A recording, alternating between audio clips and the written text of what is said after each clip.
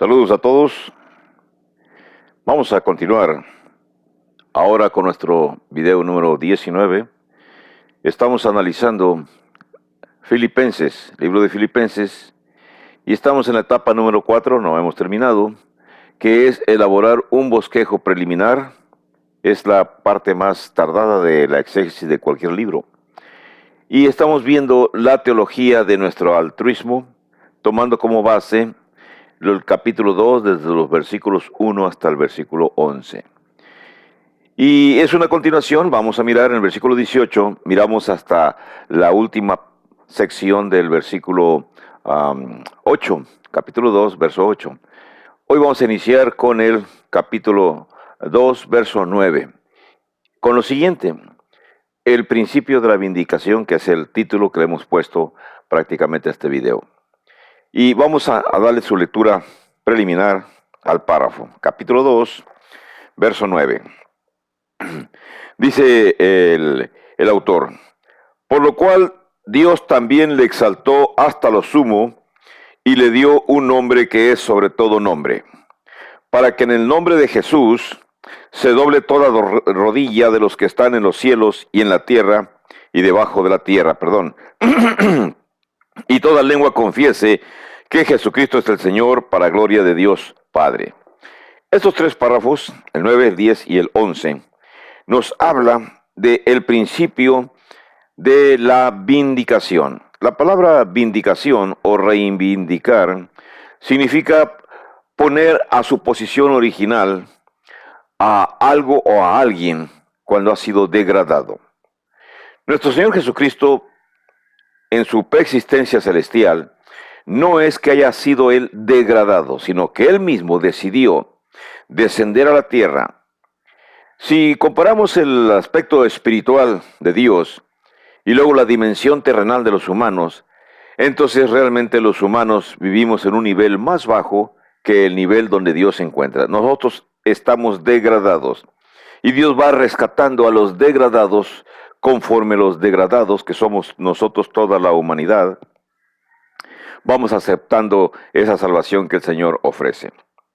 Este principio de la vindicación indica que es verdad, así como miramos en los versículos del 1 al 8, que nuestro Señor Jesucristo fue crucificado, murió hasta la muerte, se humilló hasta la muerte, usó su libre albedrío, fue obediente, se dignó descender hasta nuestra dimensión carnal, convivir con nosotros los humanos, para experimentar en cuerpo propio las vicisitudes, los problemas que los humanos tenemos. Luchar con sus emociones como nosotros también tenemos emociones. Nuestro Señor Jesús, verso 7, también se hizo semejante a los hombres.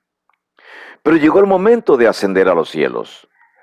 La historia de la crucifixión, de la muerte, de la sepultura y de la ascensión de nuestro Señor Jesucristo es encontrada fácilmente en los primeros dos capítulos del libro de los Hechos. No hay más que explicar. El Señor descendió, se encarnó en María, creció en un ambiente judaico, fue hijo obediente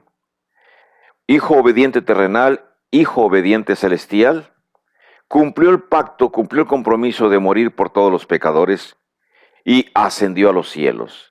Por supuesto, los judíos estaban asombrados, según leemos en la segunda parte, en el segundo capítulo de Hechos, el primer capítulo, el segundo capítulo de Hechos, cuando se acercan unos ángeles y le preguntan: varones galileos, ¿por qué estáis asombrados por lo que estáis viendo?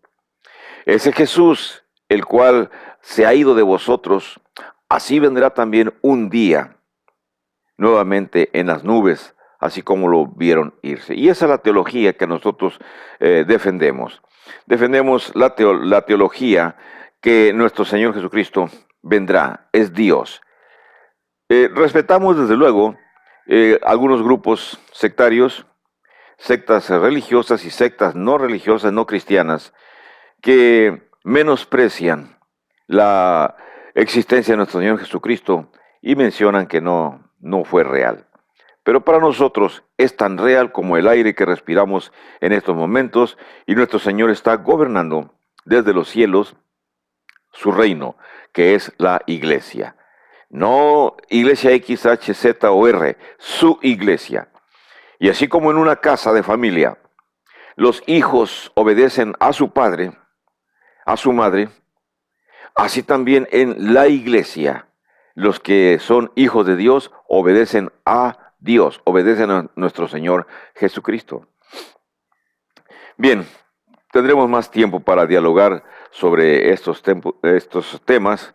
Digo dialogar, realmente es un monólogo, puesto que estoy hablando hacia ustedes y ustedes están escuchando y pueden formarse las opiniones que gusten. Hay libertad absoluta. En el verso 9, cuando Pablo dice, por lo cual Dios también le exaltó hasta lo sumo. Esta frase, Dios, en los momentos en que nuestro Señor Jesucristo está padeciendo, está sufriendo, en los momentos de su vida y en los momentos de su vida, la vida suya y la vida mía, Dios es nuestro presente. Dios fue el presente de aquellos momentos críticos de la crucifixión. Dios es el presente en toda la humanidad.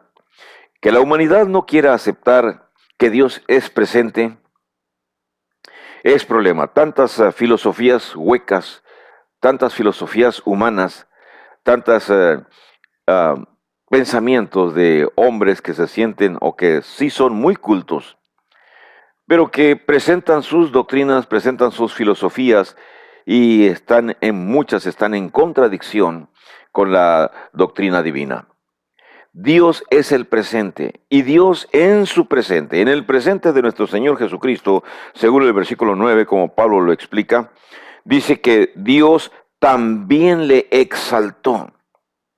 Cuando hablamos eso, de que Dios también le exaltó y la razón, cuando comienza el versículo 9 se usa un conectivo cuando dice por lo cual, y eso por lo cual nos guía hacia los versículos anteriores, lo que está narrado en los versículos anteriores.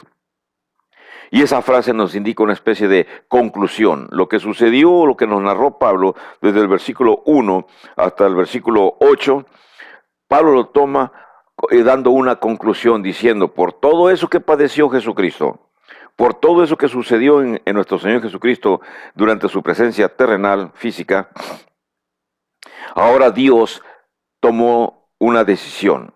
¿Cuál decisión tomó Dios? Tomó la determinación divina, tomó la iniciativa inmediata y dijo, ya llegó el momento. Y cuando dijo, ya llegó el momento, el Señor nada más dijo, entrego mi alma. En el libro de Juan se nos narra, bueno, en los 4 evangelios se nos narra la crucifixión de Cristo Jesús y sus últimas palabras, con pequeñas variantes, pero es la misma idea. El Señor entregó su vida, no se la quitaron. Eso es lo tenemos que hacer, pregonar donde quiera que vayamos. El Señor, siendo Dios, Él entrega su vida voluntariamente.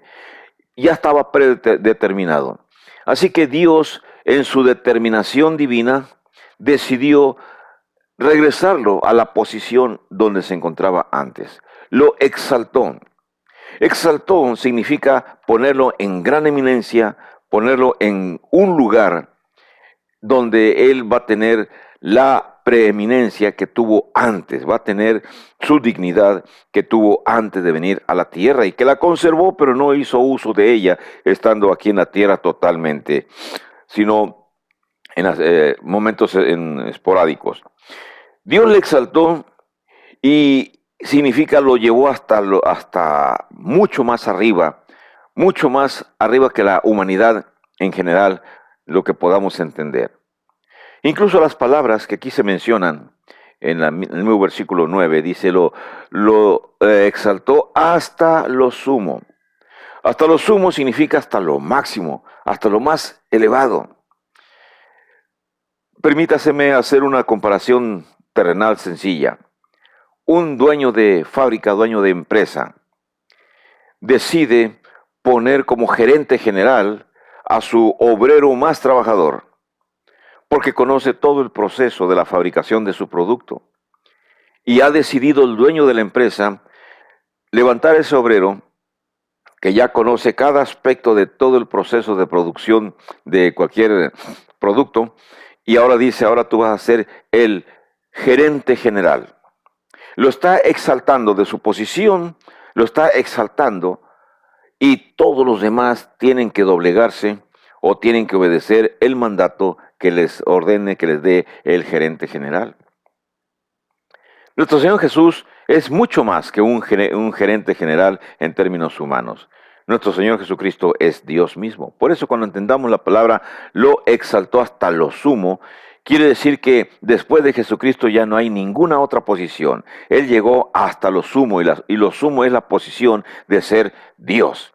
Así que Dios Padre, Dios Hijo, Dios Espíritu Santo están en el mismo nivel y no hay nada más allá. Pero más abajo sí hay. Estamos toda la humanidad, todos los seres que fueron arrojados de los cielos, los ángeles que fueron arrojados de los cielos, Satanás incluidos, y toda la humanidad por muchos premios Nobel que existan, por muchas personas inteligentes que existan, por muchos personajes que tengan IQs muy arriba de los 160, 150, 160, no importan. O por muchos políticos importantes que existan, jefes de Estado de las naciones más importantes. No importa. Todo mundo no tiene la posición, todas esas personas no tienen la posición que se le ha dado a nuestro Señor Jesucristo. Y el verso 9, cuando dice al final, le dio un nombre que es sobre todo nombre. Hablemos de la posición, como mencioné en mi ejemplo sencillo del nombramiento de un gerente. A nuestro Dios se le dio la posición, a nuestro Señor Jesucristo se le dio la posición de estar a la misma altura que Dios, donde ya estaba antes de venir a la tierra. Y es un nombre que es sobre todo nombre, el nombre de Dios. Eso nos está mencionando el versículo 9. ¿Y en qué consiste ese reconocimiento? Cómo el Señor fue vindicado, fue reivindicado, y de su posición de siervo, como lo miramos en los versículos 7, 8, fue sacado de esa posición y ahora fue puesto nuevamente en la posición que tenía anteriormente. La reivindicación, el principio de la reivindicación. Y se le dio un nombre que es sobre todo nombre. ¿Qué va a pasar cuando ya se le da a Jesucristo ese reconocimiento? El versículo 10 nos dice lo siguiente: para que en el nombre de Jesús, podemos decir para que a Él mismo, pero preferimos decir la frase como dice en la Biblia en el verso 10, para que en el nombre de Jesús se doble toda rodilla. La palabra se doble toda rodilla nos está indicando reconocimiento total. Quiera usted ser cristiano o no quiera usted ser cristiano, va a llegar un momento determinado en su existencia, y cuando digo existencia no me refiero nada más a la existencia terrenal, que tendrá una duración de, vamos a decir, de entre los 60 hasta los 80, 90 años de edad, o un poco más si es usted resistente a las enfermedades. Un poco menos si acaso tiene accidente y muere antes de la edad adulta, muere usted antes de los 40 o de los 50. De todos modos, en el momento que sea, muriendo usted, en ese momento posterior, usted tendrá que reconocer y tendrá que doblar su rodilla. Y si su existencia eterna será ir al Hades, ir a la perdición, o esperar en el Hades el juicio eterno, y después usted ser lanzado al lago de fuego, pero usted lo escoge voluntariamente. O si usted decide ser cristiano, y cuando venga el juicio final, usted va a ser exaltado a donde se encuentra también nuestro Señor Jesucristo. Entonces usted gozará también de estar en la presencia del Señor. Pero vamos a hablar acerca de toda rodilla se doble. Los justos y los injustos, todo ser viviente, en los cielos, en la tierra y debajo de la tierra, todo ser viviente tendrá que reconocer que Cristo es el Señor, que nuestro Señor Jesucristo es Dios. Y toda lengua va a confesar, todo idioma, todo ser, toda nación, todo país, no importa el idioma que hable, todo ser humano, infrahumano o suprahumano tendrá que reconocer que Jesucristo es Dios. Y tendrán que rendirle la pleitesía. ¿Qué hace usted cuando usted se arrodilla ante una estatua? ante una imagen. Usted está rindiéndose, fíjese bien, ante una obra hecha por manos humanas. Esta acción de doblegarse usted ante algo que fue hecho por otros humanos indica su falta de entendimiento, su falta de conocimiento. Ningún objeto humano, así tenga la figura de Dios, tenga la figura de Cristo, tenga la figura de un ser superior, es únicamente una figura. Y comete usted un error grande, graso, gigante, al arrodillarse ante una figura creada por usted mismo por manos de artistas también. Nuestro Señor Jesucristo no necesita ser representado en figuras humanas. No necesita ser representado crucificado en, en la cruz. No necesita ninguna manifestación de esa naturaleza. Lo que el Señor Cristo quiere de usted es una transformación completa de sí mismo, de su conducta, de su actitud.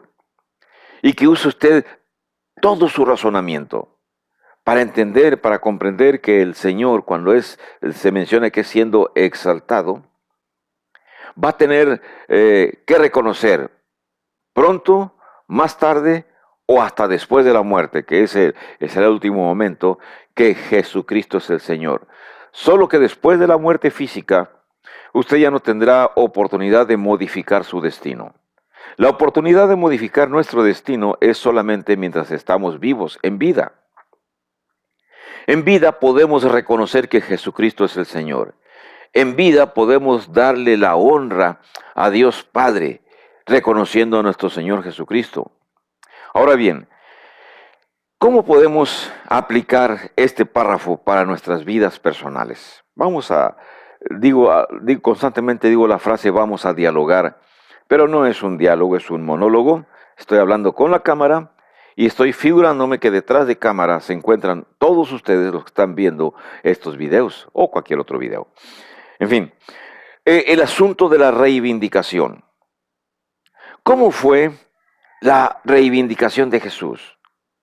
Recordemos que en sus 3 años de ministerio, vamos a decir que un 75%, un 80% de los judíos lo rechazaron, porque no cumplían las expectativas que los judíos tenían acerca del Mesías prometido, porque ellos esperaban que viniera un Hijo de Dios, un Emmanuel, que viniese y que los liberara del yugo de la opresión que los romanos ejercían sobre la población judaica, que los liberara de los impuestos exorbitantes que pagaban hacia el imperio romano, que los liberara de la crueldad de ser considerados casi nada. Y usted observe en el mapa y compare usted la extensión del imperio romano con la extensión del territorio de los judíos en aquella época.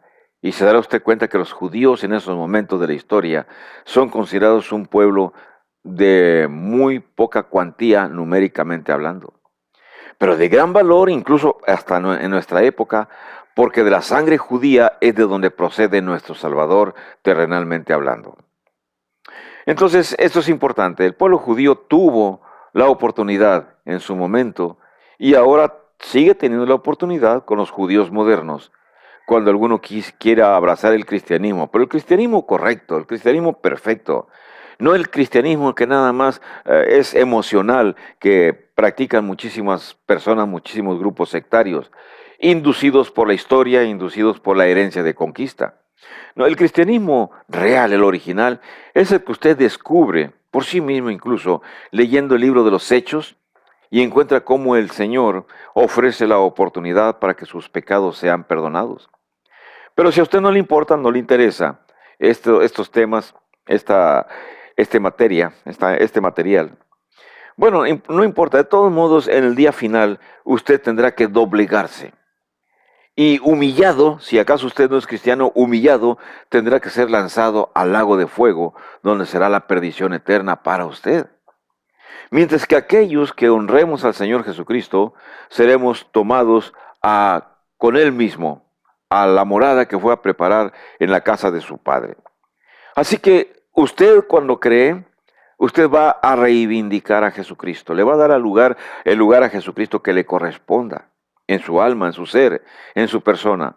Y al mismo tiempo, al estar reivindicando al Hijo, también va a estar reivindicando al Padre, porque el Padre se sentirá orgulloso, se sentirá glorioso cuando observe que un humano más ha decidido abandonar el mundo de perdición en el cual vive y ha preferido entregarse en cuerpo y alma a servir al Señor con todas sus capacidades intelectuales.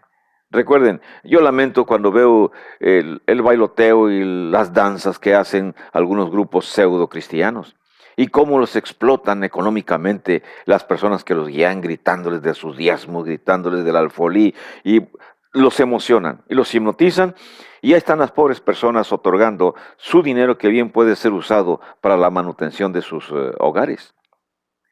Por eso, usted rechaza a Jesús, la persona que rechaza a Jesucristo, así como debe de ser. No digo que sea cristiano, porque quizá usted y yo podemos hablar frente a frente. Y si usted es miembro de algún grupo religioso pseudo cristiano, usted se va a defender y va a decir, no, yo también soy cristiano, yo también recibí la unción del Espíritu Santo y muchas otras palabras que les han enseñado a creer. Cuando en realidad la salvación se encuentra en las Sagradas Escrituras y es tan sencilla, pero al mismo tiempo tan drástica. Usted rechaza a Jesucristo y rechazar a Jesucristo es rechazar al Padre. Ahora bien, la manera de tratar al mundo, así como lo dice el ideal neotestamentario, es la correcta. Y esa manera es un deber, una obligación, no para usted si usted es mundano, es un deber y una obligación para la iglesia. Si ya ha seguido mis videos por muchas veces, ya se habrá dado cuenta que cuando hablo de la iglesia, no me refiero a la superpoderosa iglesia más grande del mundo, ni tampoco a la segunda en orden, ni tampoco a la tercera que tiene edificios gigantescos en algunas partes del mundo y construcciones muy hermosas. El Señor, nada de eso le sirve al Señor. Incluso cuando venga la destrucción final, toda la belleza, toda la riqueza, toda la capacidad financiera, monetaria, toda la logística que las iglesias modernas tienen, valdrán nada, porque el Señor lo único que recogerá será las almas de las personas que le han servido leal y justamente. Por eso, el ser cristiano es el ideal neotestamentario. Nuestro Señor Jesucristo vino a la tierra con el propósito de enseñar un nuevo mundo, enseñar el mundo celestial e inculcárselo a sus seguidores y pedir a sus seguidores que lo practiquen. Entonces, ser cristiano es practicar, no nada más creer que somos cristianos, es practicar el cristianismo. Si incluso entre miembros de la Iglesia de Cristo, algunos fallamos, algunos cometemos errores, pero tenemos una ventaja que ustedes no tienen. La ventaja que tenemos es que ya somos hijos de Dios y si cometemos un error, un pecado y nos damos cuenta, rectificamos, nos arrepentimos. Y aunque el mundo lo juzgue hipócrita, dice, no, son hipócritas porque cometen un pecado y luego dejan de cometerlo y dicen que siguen estando con Dios. Así es, así las Escrituras nos dicen. Si muero dentro de Cristo, estaré con Cristo. Si muero fuera de Cristo, así me haya bautizado muy fervientemente, pero si en los últimos momentos de mi vida yo fallezco y no estoy dentro de Cristo y estoy viviendo dentro del pecado, creo que no necesito enumerar los pecados. Cualquier acto que a juicio de Dios es inmoral, incorrecto. Adulterio, fornicación, robo, mentiras, engaños, malas palabras. ¿Qué más podemos decir? Adoración de dioses falsos, adoración de estatuas falsas, de estatuas que la gente cree que simbolizan un ser divino o el ser divino. No hay tal. No existe. Tanto en el Antiguo Testamento como en el Nuevo Testamento, el Señor nos pide que le adoremos a Él en cuerpo y en espíritu. Y que no hay nada, que no nos hagamos nada que sea semejante a Dios o que creamos que sea semejante a Dios y que le rindamos adoración y le ofrezcamos incienso a esas estatuas, a esas figuras. No hay nada, nada con lo cual se pueda comparar Dios. No necesitamos. Usted puede asistir al lugar donde nos reunimos y encontrará usted simplemente un local vacío. El local no es la iglesia. El lugar donde nos reunimos, el edificio, no es la iglesia. La iglesia somos las personas. Seguiré explicando con ustedes en el video número 20 en la próxima ocasión. Que la pase bien, que tenga bendiciones. Hasta luego.